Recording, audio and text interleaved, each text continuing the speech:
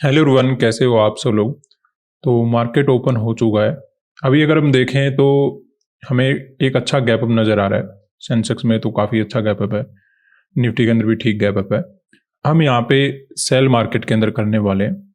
Market में लगभग ऐसा कुछ चार्ट बन सकता है कि मार्केट ऊपर गया थोड़ा सा, जैसे अभी नज़र आ रहा है, फिर नीचे गया, फिर थोड़ा ऊपर गया, फिर एक नेक्स्ट डायरेक्शन डिसाइड करेगा। तो ऐसा कुछ पॉसिबल हो सकता है। तो जो ये मोमेंटम आएगा उसको हम कैप्चर करेंगे।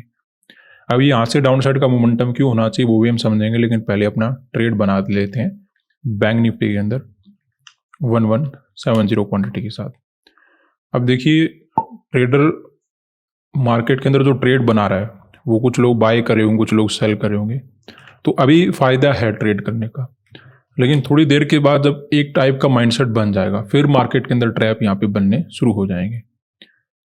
सेंसेक्स में ऐड करेंगे 900 क्वांटिटी और निफ्टी में ऐड करेंगे 1430 क्वांटिटी।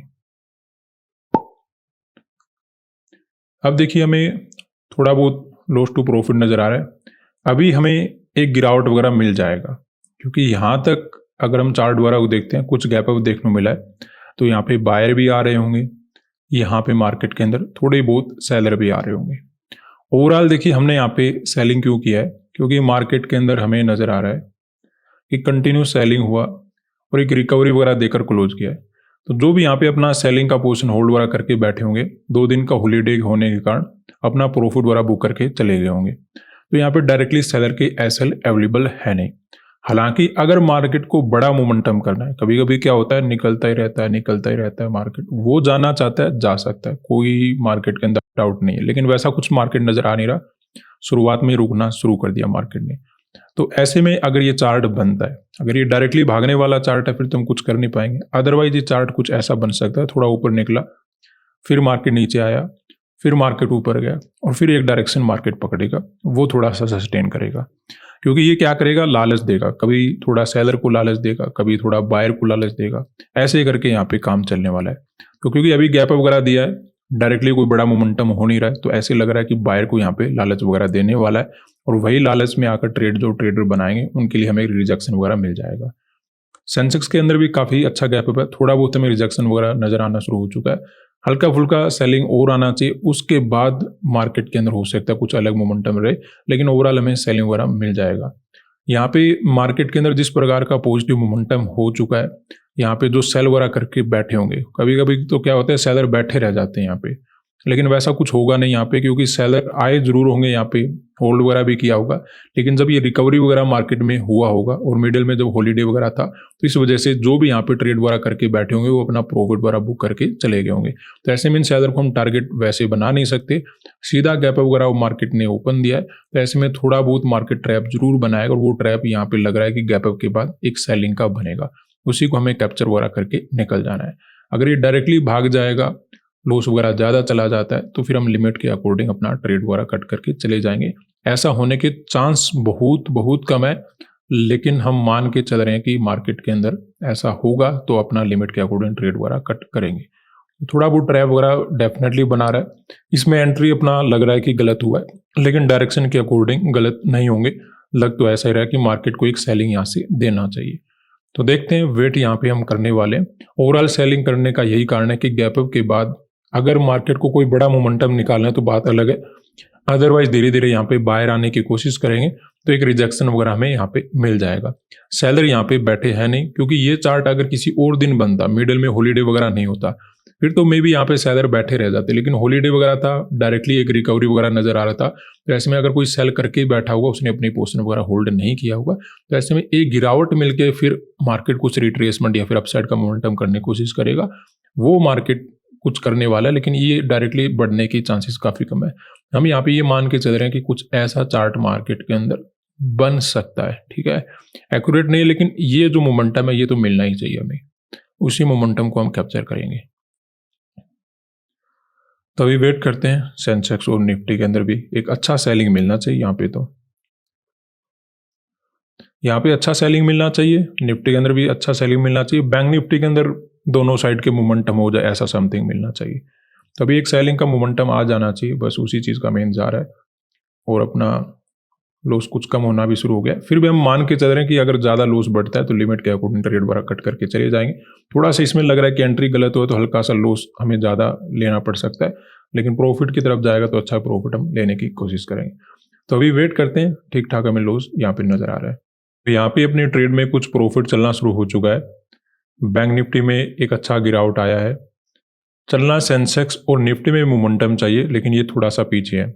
कोई प्रॉब्लम नहीं, मोमेंटम इनमें भी आएगा और एक अच्छा मोमेंटम आएगा। हो सकता है इनमें और ज़्यादा शार्प फॉल हो। अगर इनमें शार्प फॉल नहीं हुआ तो हमारे लिए समस्या बड़ी है, क्योंकि ये दोनों गिरने चाहिए, गिरेंगे तभी बात बनेगी। हालांकि अभी केवल बैंक निफ्टी में मोमेंटम आ रहा है तो ये हमारे लिए ठीक है वैसे, लेकिन ओवरऑल चार्ट का जो फॉर्मेशन होगा वो तब अच्छा बनेगा अगर सेंसेक्स और निफ्टी भी गिरते हैं, तब हम जैसा सोच रहे हैं वैसा मार्केट करेगा। अदरवाइज ये कुछ अलग करने की कोशिश कर सकता है। तो हमें सेंसेक्स और निफ्टी थोड़ी सी नीचे ज़्यादा चाहिए। बैंक निफ्टी अकेला गिरा तो बात नहीं बन पाएगी, उतनी अच्छी नहीं बन पाएगी। खैर अभी दोबारा से लॉस वगैरह चलना शुरू हो चुका है। हमें इन दोनों इंडेक्स में गिरावट जरूर देखना चाहिए। अगर ये गिरावट नहीं हो रहे हैं तो फिर कुछ ना कुछ मार्केट अलग कर सकता है, क्योंकि इनमें गैप अप ज़्यादा है तो इनमें सेलिंग थोड़ा सा ज़्यादा होना चाहिए। अगर इनमें सेलिंग नहीं हो रहा है तो मार्केट के अंदर प्रॉब्लम क्रिएट हो सकती है। खैर अभी वेट करते हैं, कुछ लॉस वो अपना कम ही हुआ है। इवन हम बैंक निफ्टी में थोड़ा बहुत प्रॉफिट में बैठे हैं, वेट करेंगे। तो यहाँ पे अपनी ट्रेड में प्रॉफिट इंक्रीज होना शुरू हो चुका है। हालांकि जो प्रॉफिट हमें दे रहा है वो केवल बैंक निफ्टी दे रहा है। सेंसेक्स और निफ्टी में अगर साथ में गिरावट होता तो हमारे लिए और भी बेटर मार्केट के अंदर काम हो सकता था। इवन अब तक हम टारगेट वगैरह भी अचीव कर पाते। अभी इनमें भी सेलिंग आना शुरू हो चुका है। बैंक निफ्टी तो ऑलरेडी अच्छा सेलिंग कर ही रहा है, तो बात अपनी ओवरऑल बन जाएगी। लेकिन हाँ, थोड़ा सेंसेक्स और निफ्टी साथ चलते तो टारगेट हम बड़ा कर पाते। अभी हम एक नॉर्मल टारगेट तो अचीव कर पाएंगे। तो अभी देखिए एक एवरेज टारगेट तो हम लेके जा सकते हैं। बैंक निफ्टी तो हमारे अकॉर्डिंग चल ही रहा है। सेंसेक्स और निफ्टी एक ब्रेकडाउन का वेट करते हैं, एक ब्रेकडाउन जरूर निकालते हैं, उसके बाद मार्केट कुछ अलग करने की कोशिश करे, बात अलग रहेगी। लेकिन ब्रेकडाउन के बाद एक बड़ा मोमेंटम पॉसिबल हो सकता है, क्योंकि सेंसेक्स और निफ्टी बड़ा गिरावट जरूर करेंगे आज। बैंक निफ्टी से भी बड़ा गिरावट कर सकते हैं, तो एक शार्प डाउनफॉल यहाँ पे हमें देखने को मिल सकता है। तो उसका हमें वेट करना होगा, उसमें प्रॉफिट अपना काफ़ी ज़्यादा बढ़ जाएगा। तो थोड़ा सा रिस्क लेते हैं, क्योंकि अच्छी ट्रेड में रिस्क लिया जा सकता है। जो हमें सेंसेक्स और निफ्टी थोड़ा बहुत लॉस दे रहे हैं, ये प्रॉफिट देंगे ज़बरदस्त वाला। वेट करेंगे यहाँ पे। तो यहाँ पे अपना हम टारगेट बुक कर लेते हैं। ब्रेकडाउन तो हमें नहीं मिला, लेकिन बुकिंग करके निकल जाते हैं, क्योंकि बैंक निफ्टी ने बहुत ही छोटे छोटे कैंडल बना दिए हैं। तो ऐसे में थोड़ा सा रिस्क बढ़ जाता है। सेंसेक्स और निफ्टी ने अभी तक ब्रेकडाउन किया नहीं। अगर ये ब्रेकडाउन निकाल देते तो अपना टारगेट वगैरह क्या हो सकता था, डबल हो सकता था। लेकिन क्या करें, ये बार बार होल्ड कर रहा है, रिट्रेसमेंट वगैरह कर रहा है, तो ऐसे में ज़्यादा रिस्क यहाँ पे नहीं लेना चाहिए। वैसे भी हमें काफ़ी देर हो गई ट्रेड को होल्ड वगैरह करते हुए, और टारगेट वगैरह हम बार बार यही देख पा रहे हैं कि मार्केट फिर से ऐसा नजर आता है, फिर से घूम जाता है। ऐसे में और ज़्यादा हम रिस्क नहीं लेंगे। दूसरा, बैंक निफ्टी में भी ऑलमोस्ट राउंड नंबर के आसपास पहुंच चुका है, तो यहाँ पे भी अचानक से कोई ट्रैप बन सकता है। आज के दिन सेलिंग करने का कारण यही था कि मार्केट के अंदर कोई सेलिंग में अपनी पोजीशन होल्ड करके तो बैठा नहीं है। ओवरऑल जो चार्ट बना था वो भी पॉजिटिव बना था, तो यहाँ पे सेलर वगैरह नहीं बैठे थे। तो ऐसे में अगर मार्केट के अंदर हमें गैप अप देखने को मिला तो गैप अप को देखकर डायरेक्टली बायर यहाँ पे आने की कोशिश करेंगे, तो ऐसे में मार्केट के अंदर में गिरावट वगैरह देखने को मिल सकता है।